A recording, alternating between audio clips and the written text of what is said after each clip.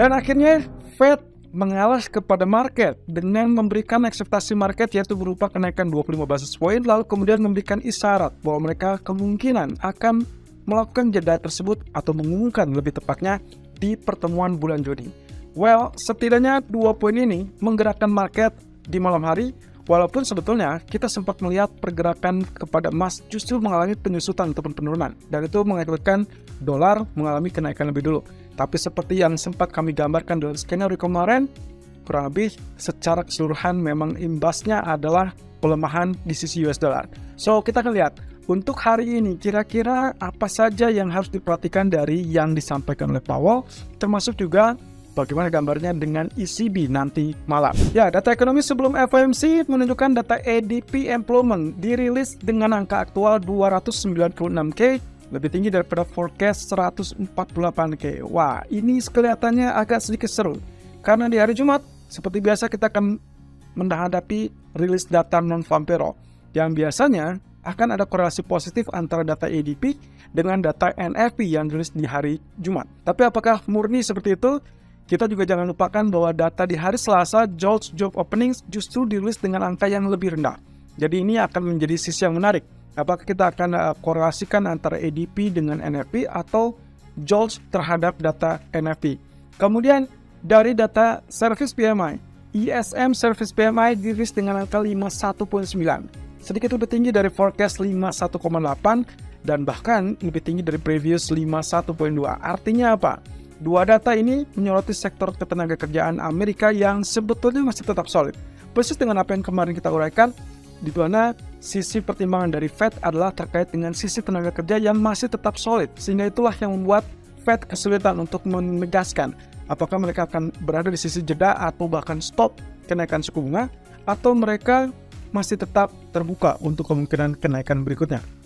Nah, lalu kemudian apakah kedua data ini akan mengakibatkan NFP nanti hari Jumat akan berada di sisi positif atau tidak? Semua balik lagi, tidak terlalu 100% atau berimbang dengan kondisi yang ada sekarang. Karena bisa saja data ADP yang kuat sekarang justru NFP-nya berbalik, alias dirilis dengan angka yang lebih rendah. So, kita tinggal tunggu saja sampai besok, karena malam ini saya rasa datanya relatif lebih ringan.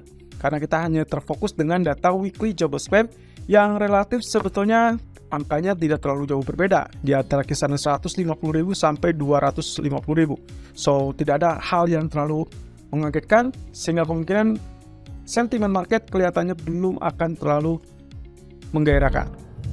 Dan dari Fed sendiri 25 basis point kemudian memberikan sinyal mendekati akhir siklus kenaikan, dan inilah persis dengan apa yang diharapkan oleh para pelaku pasar. Kenaikan 25 basis point sudah jelas sangat diantisipasi oleh market, sekitar 86% pasca adanya kekhawatiran terbaru terkait dengan krisis perbankan. Ini mengakibatkan Fed Fund Rate berada di kisaran 5-5,25%, dan itu adalah sesuai dengan dot plot FOMC bulan Maret 2023. Nah, ada beberapa poin yang juga menjadi sorotan khusus saat disampaikan oleh Federal Reserve kemarin, yaitu terkait dengan alasan kenaikan suku bunga, terdukung dengan beberapa kondisi yang sangat kuat dan sayangnya tidak memberikan keputusan terkait dengan jeda. Setidaknya untuk sementara waktu, tapi mereka mungkin akan memberikannya isyarat tersebut di pertemuan bulan Juni. Ya, setidaknya masih ada waktu 1 bulan ke depan, dan semuanya percaya bahwa para pembuat kebijakan berpikir ini adalah momentum di mana mereka sudah mulai dekat terhadap akhir dari siklus kenaikan suku bunga.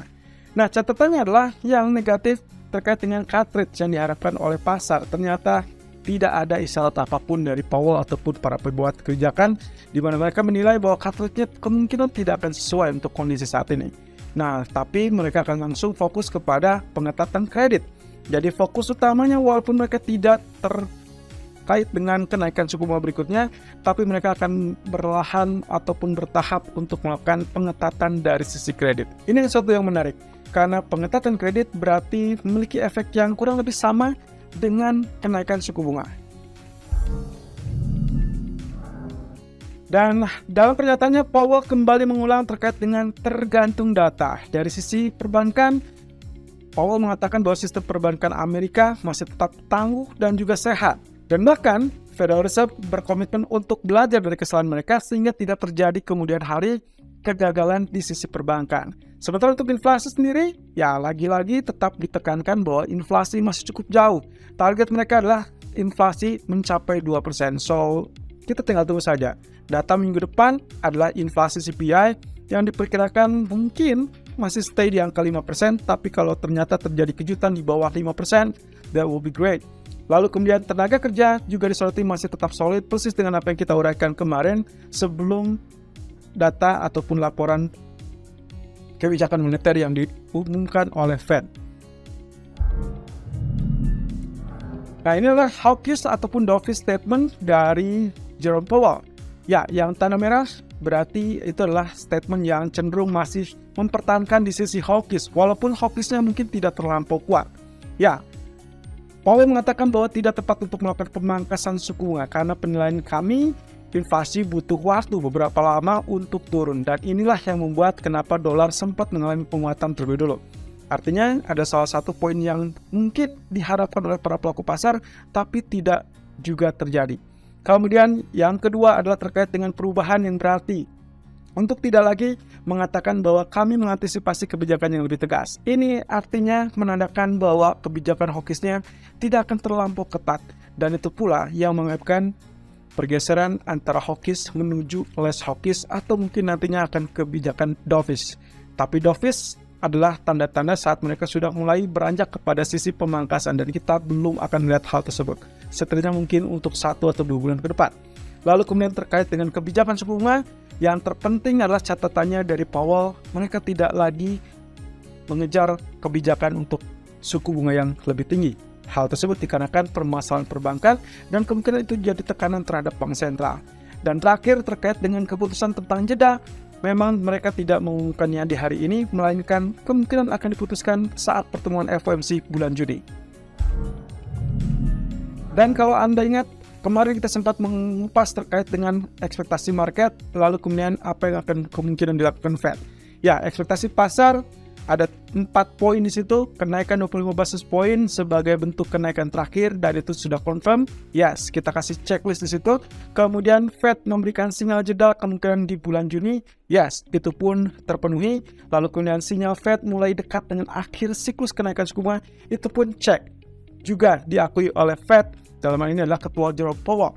Dan sayangnya, harapan terakhir terkait dengan Fed cukup terbuka untuk pemangkasan suku bunga sama sekali tidak diuraikan oleh Powell.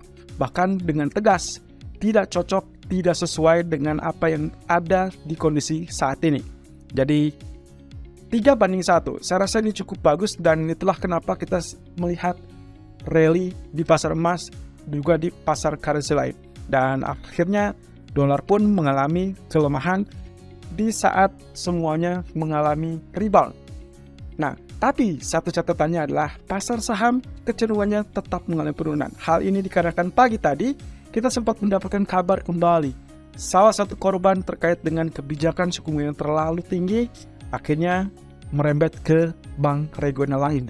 Dan kita masih tetap harus melihat apakah kemungkinan akan muncul tanda-tanda dari bank regional lainnya atau bisa diredam oleh Fed.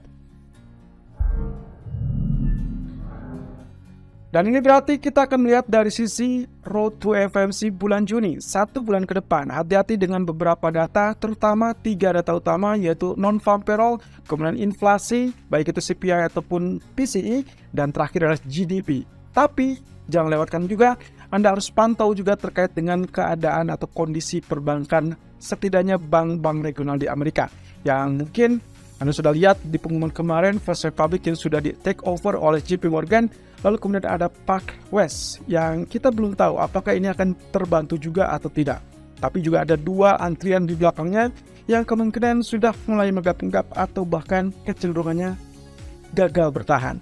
Nah, dari hal ini teringat juga dengan pernyataan dari Powell saat sesi tanya jawab. Dia mengatakan bahwa mengurangi inflasi kemungkinan akan membutuhkan pertumbuhan yang negatif atau di bawah tren dan juga beberapa pelunakan di pasar tenaga kerjaan.